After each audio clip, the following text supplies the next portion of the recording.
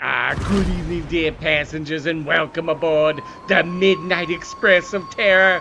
Tonight's Coffin Talk is a chilling journey into the 1980s slasher classic, Terror Train, a film that combines the suspense of a whodunit, the claustrophobia of a confined train, and the creeping dread of revenge, wrapped in the festive glow of a New Year's Eve masquerade. And don't forget, it stars one of horror's biggest names, Jamie Lee Curtis. But seriously, Uncle Vincent, for a movie with the word terror in the title, it's also got some unexpected fun. I mean, David Copperfield is in it as a magician. Indeed, Jody, it's a film of many peculiarities. But first, let us set the stage. Terror Train premiered in 1980 during the golden age of slashers, coming on the heels of the immense success of John Carpenter's Halloween in 1978 and Sean S. Cunningham's Friday the 13th in 1980 just before it.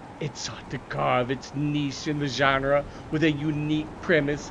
Party train full of revelers, each suspecting the person next to them might be hiding a knife beneath their costume. The killer literally changes costumes multiple times, and since it's a party, everyone's already in disguise. For those unfamiliar, Terror Train takes us to a New Year's Eve celebration hosted by a group of college students. They charter a train to celebrate in high spirits, pun intended, but little do they know their past sins have come back to haunt them. A cruel prank goes wrong years earlier, serves as the fuel for a mass killer's revenge. As the train races through the dark wilderness, the passengers are stalked one by one, and the killer uses the party's masquerade theme to switch costumes, keeping everyone and the audience guessing. Let us first speak of the film's leading lady, Jamie Lee Curtis. By 1980, she had already solidified her place in horror royalty. Her role as Laurie Strode in Halloween made her the ultimate final girl, and she followed it with standout performances in The Fog and Prom Night. In Terror Train, Curtis portrays Alana, a thoughtful and resourceful protagonist who becomes the voice of reason amidst the chaos. Curtis brings depth and vulnerability to the role, elevating what could have been a simple scream queen archetype. Plus, I think Alana feels more relatable because she's just not running and hiding.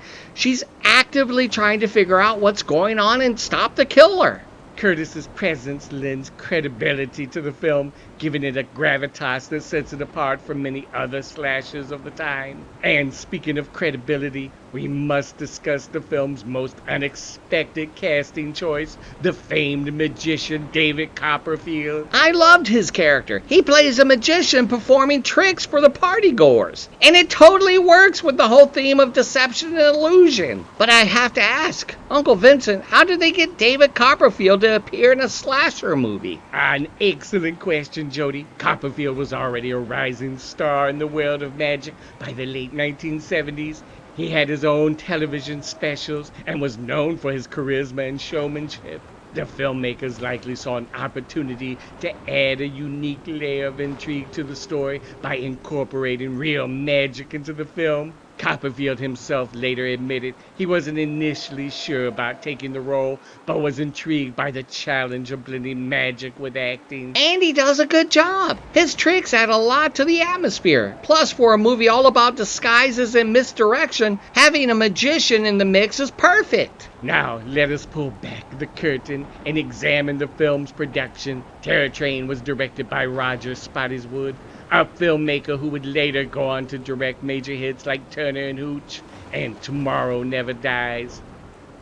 This was his directorial debut, and he brought a keen sense of pacing and tension to the project. The screenplay, written by T.Y. Drake, was inspired by an idea from producer Daniel Grobnik, who conceived it while riding on a train after watching Halloween. Talk about inspiration striking. And I read that the train used in the movie was an actual vintage locomotive. Correct, Jody. The production team went to great lengths to create a believable, immersive environment. Filming took place on a real train in Montreal, Canada. The confined space presented significant challenges for the crew, but it also added to the film's authenticity. The train's narrow corridors and dimly lit interiors became characters in their own right, enhancing the film's atmosphere. Now, let us explore the film's deeper themes. At its core, Terror Train is a story about guilt and revenge. The killer's motives are rooted in a traumatic prank gone wrong, a reoccurring trope in slasher films. Yet, here it feels particularly personal.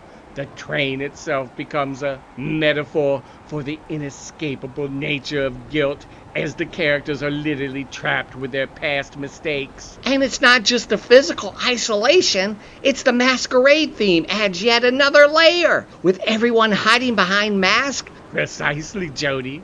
The film also plays with the ideal of deception, not just through the killer's costume, but also through the magic performances and the characters' shifting alliances. It's a study in how appearances can be deceiving. Literally and figuratively. It's like no one can be trusted. Though not widely known as Halloween or Friday the 13th, Terror Train has gained a loyal following over the years. It's often praised for its unique setting, Jamie Lee Curtis's performance, and its clever twist.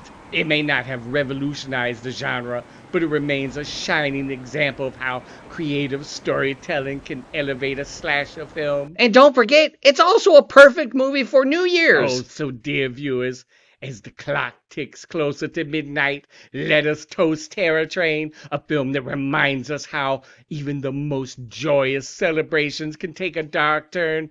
Whether you're a fan of Jamie Lee Curtis, vintage slashers, or simply enjoy the thrill of a good whodunit, this is one train you won't want to miss. Here's to suspense, scares, and maybe leaving the costume parties to the movies. Oh, thank you folks for watching. Be sure to tell your friends, hit the like button, subscribe. Let's get this thing going in 2025. All aboard the Terror Train.